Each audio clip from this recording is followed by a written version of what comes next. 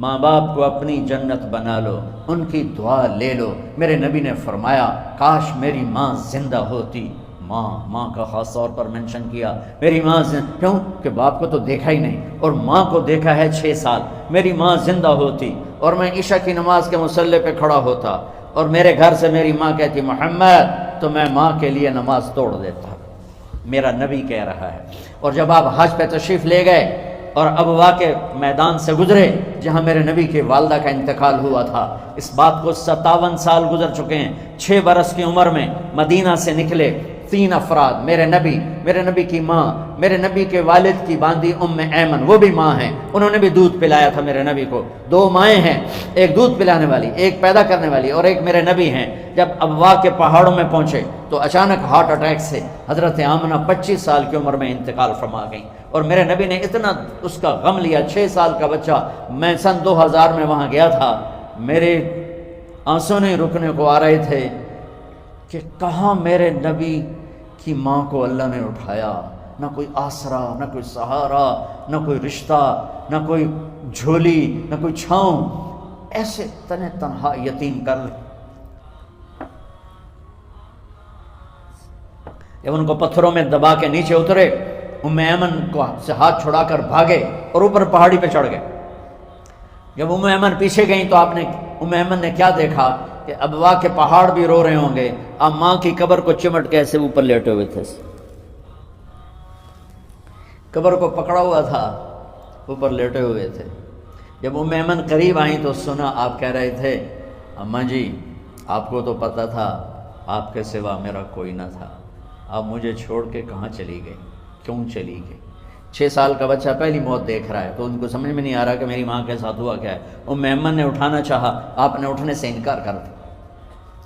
اس صدمے کو سینے میں لیے ہوئے 57 سال کے بعد، 7ویں دن بندہ رو نہیں سکتا، رونا نہیں چاہے تو رونا نہیں آتا، 57 سال کے بعد آپ اس وادی سے گزرے، اپنے اونٹنی کو ماں کی قبر کی طرف موڑ دیا، اور ان پلرز کو 3 گنا کرو تو وہ پہاڑ بنتا ہے، چھوٹی پہاڑی تھی۔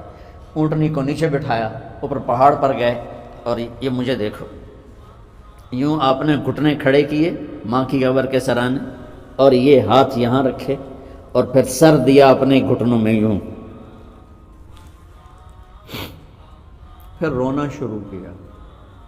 اتنا روئے، اپریل کا مہینہ تھا، دھوپ سر پہ پڑ رہی تھی، ہم تو ٹھنڈی دھوپ میں بیٹھے ہیں، شدید دھوپ میں بیٹھے تھے، اور اس کنڈیشن میں یہ بچوں کا سٹائل ہوتا ہے جب لمبا رونا ہو تو وہ یوں بیٹھتے ہیں سر اندر دے کر۔ اتنا روئے کہ آپ کی داڑھی ساری آنسوں سے بھر گئی، سینہ تر ہو گیا، احرام تر ہو گیا، اور کئی گھنٹے بیٹھ کے روتے رہے۔ 2 جہان کے سردار ہو کر تمنا کر رہے ہیں کاش اماں تو زندہ ہوتی، تو مجھے کہتی محمد میں تیرے لیے نماز توڑ دیتا۔ اور میرے نبی نے، یہ بچیاں غور سے سنو، میرے نبی سے پوچھا گیا یا رسول اللہ قیامت کب آئے گی؟ آپ نے فرمایا یہ تو اللہ کو پتہ ہے۔ نے کہا یا رسول اللہ کوئی نشانی بتا دیں؟ تو آپ نے فرمایا جب بچیاں ماؤں کو ذلیل کریں گی تو قیامت آ جائے۔ جب بیٹیاں ماؤں کے ساتھ بدتمیزی کریں گی اور ماؤں کو ذلیل کریں گی تو قیامت آ جائے گی۔ ایک ماں بیٹی کو میں بھول نہیں سکتا، ماں کے موٹے موٹے آنسو گر رہے تھے، اور بیٹی ماں سے کہہ رہی تھی بھوک نہیں، ہماری اپنی پنجابی زبان بھوک نہیں، اوئے ہوئے ہوئے ہوئے، یہ تو ہم نوکر کو کہتے ہوئے ڈرتے ہیں، وہ ماں سے کہہ رہی تھی بھوک نہیں، یعنی بکواس نہ کر، روا کے چپ، صرف آنسو اس کے گر رہے تھے ایسے۔ شاید وہ یاد کر رہی تھی کہ 9 مہینے کیسے اس کو میں نے پیٹ میں پالا، جنتے ہوئے کتنی تکلیفوں سے گزری، اور اس کو دودھ پلاتے ہوئے کتنی راتیں میں نے کاٹ کاٹ کے گزاریں، اور اس کے پیشاب دھوتے ہوئے کتنی دفعہ میں سردی میں ٹھٹھری، اور آج یہ مجھے کہہ رہی ہے بھوک نہیں۔ اس لیے میرے نبی نے فرمایا جس نے ماں باپ کو دکھ دیا، سنو غور سے بچوں سارے سنو، جس نے ماں باپ کو دکھ دیا اس پہ اللہ کی لعنت، اس پہ فرشتوں کی لعنت، اس پہ زمین آسمان کی لعنت، نہ ان کی نماز قبول ہے، نہ روزہ قبول ہے، نہ صدقہ قبول ہے۔ میرے نبی کی زندگی کا دوسرا روپ حقوق العباد، نماز حقوق اللہ میں آ جاتی ہے، میں حقوق العباد کی تھوڑی سی وضاحت کر رہا ہوں۔ ماں باپ زندہ ہیں تو دعا لینا، والدین سے کہتا ہوں بچوں کو عزت دو، جہاں اولاد ماں باپ کے حقوق ہیں وہاں اولاد کے حقوق ہیں، اولاد کو عزت دو، اولاد کو عزت دو، اولاد کو عزت دو۔ بہت سی اولاد کی نافرمانی کا ذریعہ ماں باپ بن رہے ہیں، سختی کر کے، زبردستی کر کے، اور ٹھونس کر چیزیں نوکروں کی طرح سلوک کر کے۔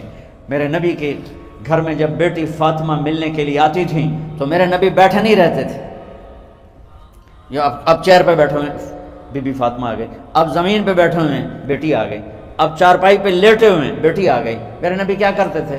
کھڑے ہو جاتے تھے، کھڑے ہو جاتے، ایک دم کھڑے ہو جاتے تھے، اور پھر کھڑے نہیں رہتے تھے، تیزی سے آگے بڑھتے تھے اور حضرت فاطمہ کا ہاتھ پکڑ لیتے۔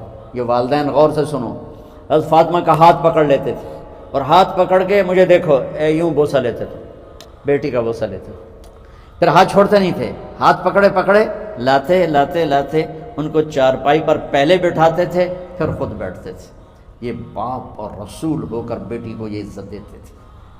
پھر وہ جنت کی عورتوں کی سردار بنی، پھر وہ جنت کے سرداروں کی ماں بنی، پھر وہ اللہ کے شیر کی زوجہ بنی ہے۔ اور والدین سے کہتا ہوں کہ اپنے بچوں سے پوچھ کے رشتے کرو، زبردستی مت کرو۔ میرا معاشرہ بہت سنگین قسم کے جرم کا شکار ہے، بچوں پہ مسلط کر دیتے ہیں، ایتھے ہی کرنی ہے، جٹاں چی کرنی ہے، بٹاں چی کرنی، پتہ نہیں آئی کتوں جٹ بٹ، چلو تم ناراض نہ ہو، راجپوتاں چی کرنی، میں راجپوت ہوں، میں اپنی قوم کو بھی رگڑ دیتا ہوں، راجپوتاں چی کرنی، اگاں کرنی ہی کوئی نہیں۔ یہ ظلم و ستم اولاد پہ مت کرو، اپنی بچی سے پوچھو، اگر بیٹی ہاں کرے تو پھر قدم اٹھاؤ، اگر بیٹی کہتے میں نہیں کرنا چاہتی تو وہ نافرمان نہیں ہے، اللہ کے واسطے میری سنو، صرف تم نہیں سن رہے، اس کیمرے سے لاکھوں کروڑوں لوگ سن رہے ہیں۔ اگر بیٹا یوں کہہ دے کہ ابا میں نے یہاں شادی نہیں کرنی، میرا جی نہیں چاہتا ہے، تو وہ بیٹا نافرمان نہیں ہے، فرما بردار ہے، اس نے شریعت کا حق استعمال کیا ہے۔ اب ایسا ظلم مت کرو کہ نہیں اتھے ہی کرنی ہے، اتھے گھروں نکل جاؤ۔ زندگی تم نے تو نہیں گزارنی، زندگی تو بچے نے گزارنی، میں قربان جاؤں۔ ایک حدیث سنو پہلے، پھر اگلی بات سنا۔ ما تزوجت وما زوجت الا بوحی من السماء نزل به جبریل۔ لوگو سنو، میں نے جہاں شادی کی، میں نے جہاں بیٹی کی شادی کی، پہلے آسمان سے جبریل فرشتہ اللہ کا حکم لے کر آیا، پھر میں نے قدم اٹھایا۔ سمجھ گئے میری یہ بات سمجھ گئے سارے؟ اب اگلی سنو۔ حضرت علی فاطمہ کا رشتہ لینے آ گئے اور جبریل ان سے پہلے آ گئے کہ یا رسول اللہ فاطمہ علی کے لیے ہے۔ باپ محمد مصطفیٰ جیسا ہے، رشتہ مانگنے والا علی جیسا ہے، اور بیٹی فاطمہ جیسی ہے، اور آپ پوچھتے ہیں علی کیسے آئے؟ وہ شرم کی وجہ سے کچھ کہہ نہ سکے، چپ۔ آپ کو تو پتہ تھا، آپ نے فرمایا فاطمہ کے رشتے کے لیے آئے ہو؟ کہا جی۔ تو جبریل تنال بیٹھا ہوا ہے کہ یا رسول اللہ اتھے ہی کرنا ہے۔ آپ نے ہاں نہیں کی، آپ نے کہا انشاءاللہ، اور یہ کہہ کر اٹھ گئے۔ انشاءاللہ نبی کا ہاں ہی ہوتا ہے، لیکن جبریل کے آنے کے باوجود اور اللہ کے کہنے کے باوجود میرے نبی کو بھی پتہ ہے کہ یہ رشتہ یہاں کاتب تقدیر نے لکھ دیا ہے، لیکن امت کو سبق سکھانے کے لیے آپ گھر تشریف لے گئے۔ بیٹی فاطمہ کہ جی یا رسول اللہ، کہا علی کا رشتہ آیا ہے، میں ہاں کر دوں؟ سبحان اللہ۔ میں اپنے دیہاتی بچیوں پہ مجھے رونا آ گیا کہ جنہیں پتہ ہی نہیں ہوتا سانو کہیں دے نال بندے پہن، جانور ہے یا انسان ہے۔ علی جیسا داماد، چلو علی کو چھوڑو، فاطمہ کو چھوڑو، جبریل آیا بیٹھا ہے، جبریل آیا بیٹھا ہے۔ اس کے بعد فاطمہ سے پوچھنے کی کیا بات ہے؟ جبریل آ کر کہہ رہا یا رسول اللہ، اللہ کہہ رہا فاطمہ علی کے لیے ہے اور علی فاطمہ کے لیے ہے، اور پھر آپ کہتے ہیں بیٹی فاطمہ ہاں کر دو۔ ہماری تو آج کی بیٹیاں انکار نہیں کرتی، چپ کر کے گاں ماش طرح بن چھڑ دین کلے نال۔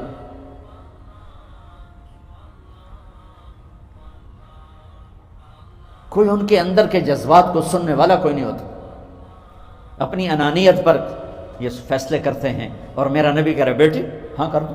سبحان اللہ۔ آپ کا کیا خیال ہے، فاطمہ نے انکار کرنا تھا؟ یہ بیٹیاں نہیں انکار کرتی تو فاطمہ نے کہاں کرنا تھا؟ لیکن یہ سبق دینا تھا ان والدین کو جو نادانی میں نادانی کے فیصلے کر کے اولاد کو ہمیشہ ایک ٹھنڈی آگ میں دھکا دے دیتے ہیں۔ حضرت فاطمہ رضی اللہ تعالیٰ عنہ نے جب ہاں کی پھر آپ باہر نکلے۔ اچھا مزے کا واقعہ ہوئے، حضرت علی اٹھ کے باہر نکلے تو صحابہ باہر کھڑے انتظار کر رہے تھے کہ کیا ہوا۔ حضرت علی کو بھیجنے والے تھے عبد الرحمن بن عوف۔ پہلے ابو بکر گئے تو آپ نے انکار کر دیا، عمر گئے رشتہ مانگا، آپ نے انکار کر دیا۔ عبد الرحمن بن عوف نے علی سے کہا آپ جائیں، آپ کا رشتہ رد نہیں ہوگا۔